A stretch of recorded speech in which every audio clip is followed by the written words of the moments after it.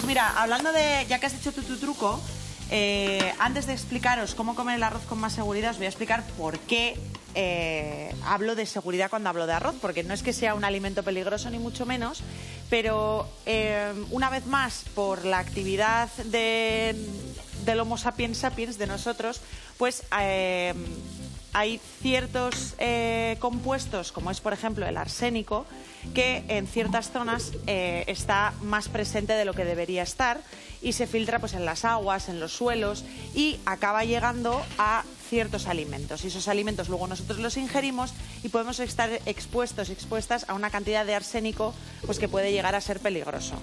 El arroz, si miramos los alimentos que más arsénico contienen, el arroz se lleva la palma con diferencia.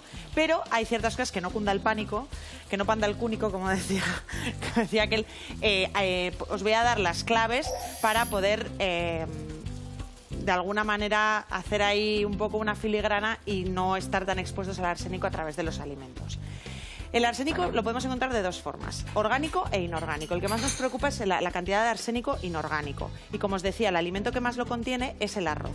¿Esto supone un problema a nivel salud? Bueno, pues ahora mismo con lo que sabemos y con lo que nos dice la EFSA, las poblaciones de riesgo sí que tendrían que tener cuidado con la cantidad de arroz que consumen. ¿Cuáles son las poblaciones de riesgo? Mujeres embarazadas, niños y personas mayores.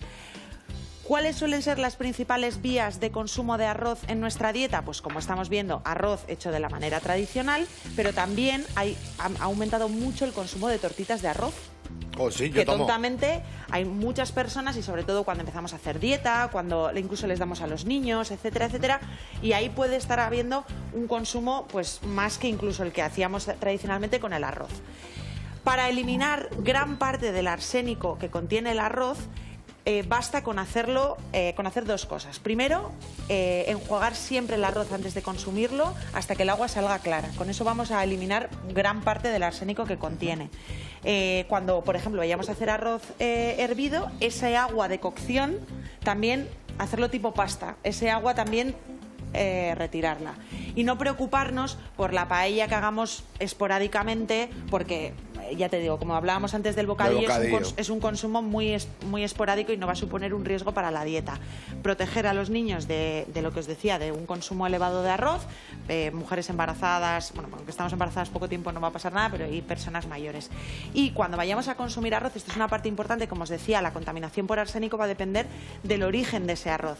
Hay países que tienen un problema de contaminación mayor por arsénico y por otros metales pesados, como puede ser el arroz proveniente de la India, Bangladesh, ciertas zonas de Asia. Entonces siempre por otro motivo, por más motivos, pero por mira, otro motivo más para consumir arroz de la península, porque la contaminación va a ser muchísimo menor. Entonces esas tres cosas, esas tres claves: consumir arroz de aquí, lo más cerca posible.